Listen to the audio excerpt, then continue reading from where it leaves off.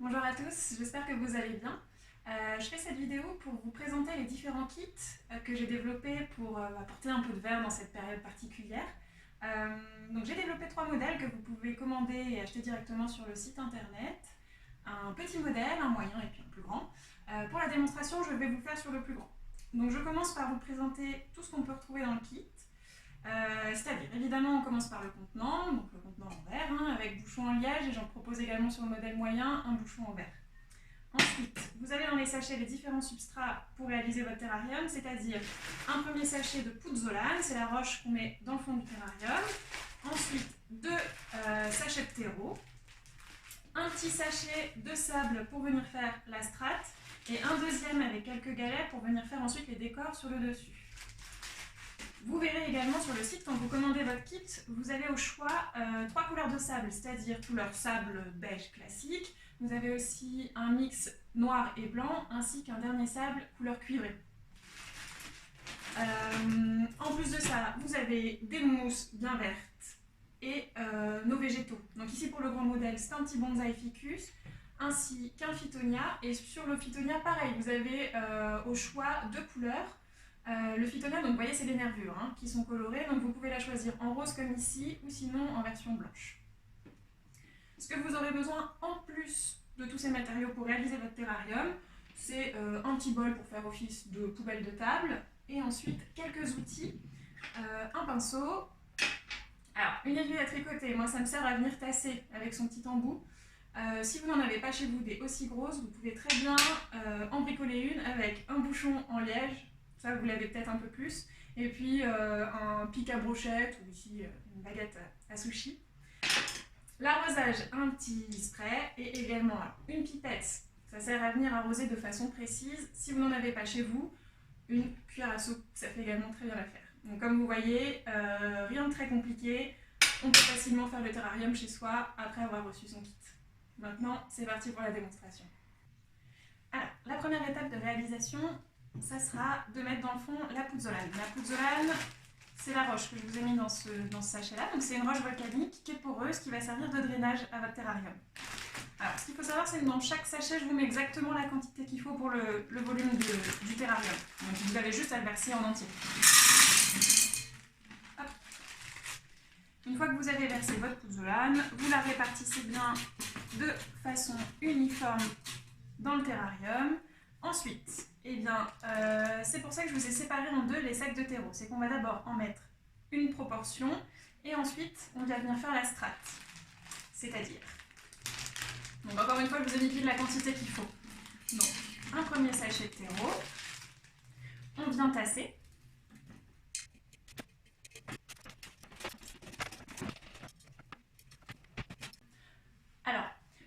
Vous tassez de façon uniforme partout. Surtout, vous pouvez venir insister avec la pulpe du doigt comme ça, le long de la paroi. Ce qui fait que quand vous viendrez déposer vos sables ensuite sur le dessus, ça fera une strate bien nette tout autour de votre terrarium. Donc vous voyez, vous venez bien appuyer comme ça sur votre couche de terreau, hop, et vous faites bien tout le tour.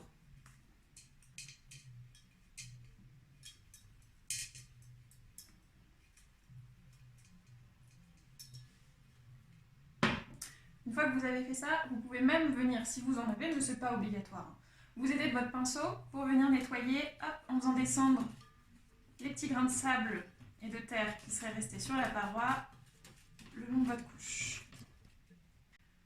Une fois que vous en êtes là, c'est le moment de faire la strate. Donc pour ça, vous prenez le sachet rempli uniquement de sable. Bon, désolé, j'avais pas de sachet petit.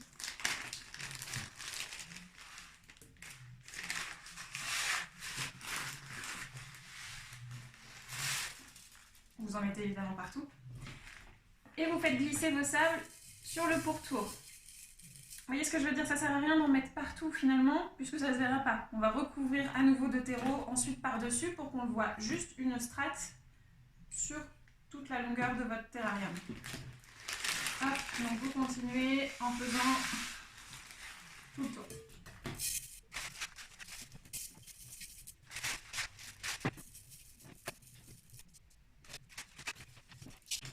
Donc, une fois que vous avez fini de répartir vos sables, vous venez mettre la deuxième pochette de terreau. De la même même façon, vous la répartissez bien en tassant sur tout l'ensemble de la surface.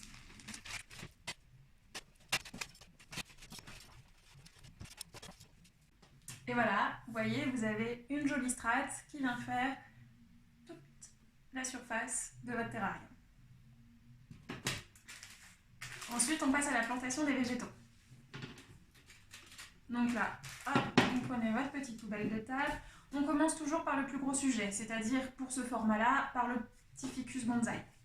On l'enlève évidemment de son pot, et ce qui va être important là, c'est de venir gratter la motte. Alors vous partez par le dessus, c'est plus facile, et vous venez par cette technique-là lui libérer les racines pour qu'elles puissent bien venir ensuite s'ancrer dans son petit terrarium. Une fois que vous avez fait ça, comme au jardinage, vous faites d'abord le trou de plantation. Alors le bonsaï, il faut le mettre plutôt au milieu, il faut éviter que les feuilles des végétaux touchent trop la paroi. Donc vous faites le trou de plantation, faites-le jusqu'à la pouzzolane, hein, dans toute la strate de terreau. Une fois que c'est fait, faites-le assez large pour pouvoir venir y mettre toutes les racines. Vous y insérez les racines. Hop. Et là, vous recouvrez le tout du terreau en tassant bien. Il faut que le petit bonsaï soit bien stable. C'est le moment où vous pouvez vous servir de votre petit objet avec le bouchon à liège pour venir bien tasser partout.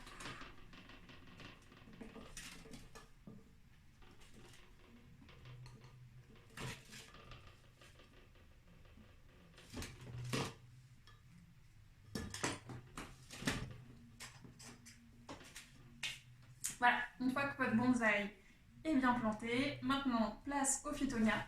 Donc c'est le même processus, hein. Vous enlevez vos plantes du pot. Alors vous verrez dans un petit pot, en général je vous en ai mis 2-3. Ce qui fait qu'on va pouvoir les répartir sur l'ensemble du terrarium.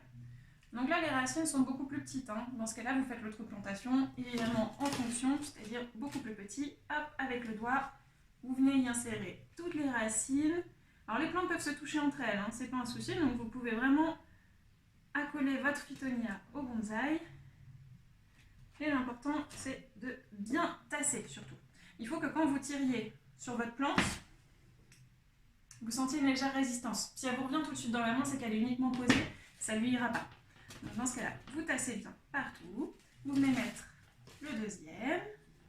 On va le mettre de l'autre côté, hop, pour que ça fasse une jolie composition. Vous pouvez tous les mettre du même côté, vous pouvez les répartir. Là, c'est vraiment comme vous le sentez, hein.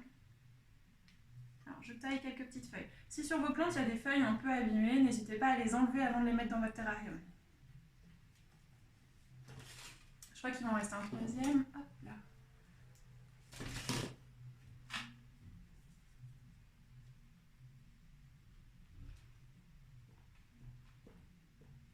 Donc pareil, si vous voulez venir vous aider,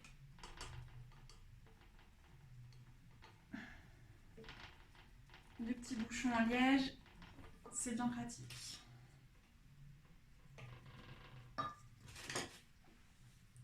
Une fois que vos phytonias sont tous bien plantés, c'est le moment de venir s'amuser ensuite à faire le décor avec les sables, galets et les mousses. Un petit conseil, mettez les sables avant les mousses, ce qui évitera de recouvrir vos mousses de sable.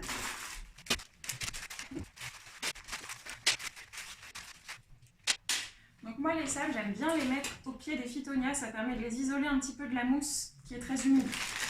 Pareil, hein, les feuillages des phytonias, c'est comme le ficus, il faut éviter que ça soit trop en contact avec la paroi qui va être régulièrement humide, ça pourrait les abîmer.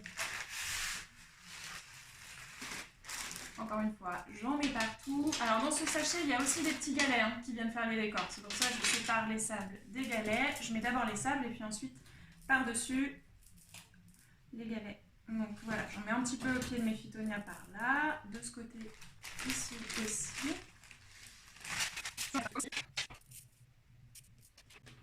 Voilà, donc une fois que vos sables sont répartis là où vous le souhaitez, c'est le moment de venir y mettre la mousse. Alors la mousse, parfois vous avez des gros blocs comme ça dans votre kit. Ce qu'il faut savoir, c'est que vous pouvez tout à fait en faire des plus petits morceaux. C'est-à-dire, hop, vous pouvez la séparer du volume que vous souhaitez Ce qu'il faut savoir aussi sur la mousse, c'est que vous pouvez lui enlever un petit peu ses racines en dessous. Ça s'appelle des crochets chez la mousse. Vous pouvez la ratiboiser un petit peu parce qu'elle, elle ne se plante pas, juste elle se pose sur la terre. Donc ce qui fait que quand vous la posez, vous ne voyez pas la partie toute jaune par-dessous. La mousse, elle peut également aussi vraiment toucher la paroi. C'est-à-dire que, comme ceci, vous avez juste à la déposer. Vous la tassez légèrement, histoire de voir que la partie bien verte. Et puis ensuite, vous pourrez venir rectifier avec les sables qui restent, les petites interstices. Donc pareil, on poursuit avec la mousse. Je lui enlève bien, vous voyez, ces petits crochets par-dessous.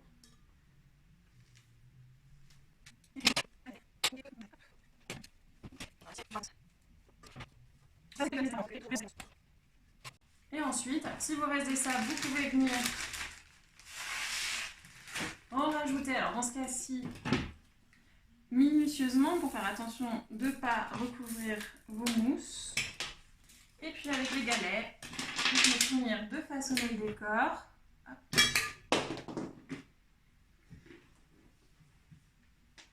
En venant répartir vos galets au pied des phytonias.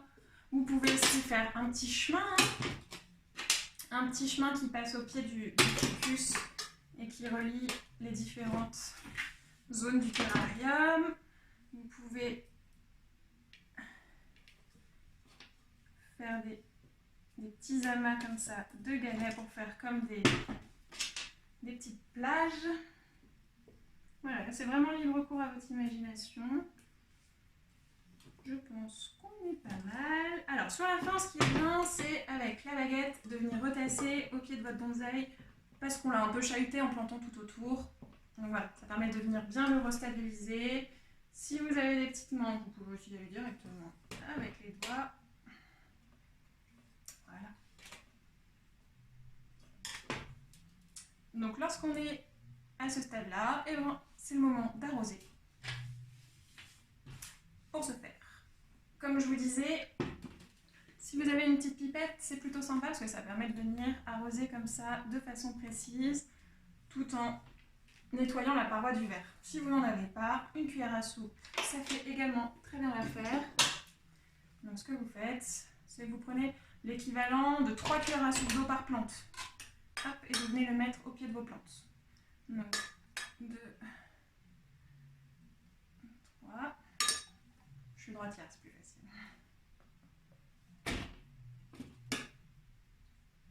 Voilà. Une. Donc j'avais un phytonia et un ficus, c'est-à-dire 6 cuillères à soupe d'eau. 2. Et j'essaie de le répartir au pied de chacune des plantes. Et 3. Et une fois que vous en êtes arrivé là, un coup de spray sur l'ensemble de votre composition. Vous laissez ouvert environ 24 heures, vous refermez et le tour est joué. Alors, ce qu'il faut savoir, c'est que je vous mets dans le kit en plus la petite notice d'entretien. Donc ensuite, tout vous est bien expliqué pour savoir faire en sorte que votre terrarium ait une longue vie derrière.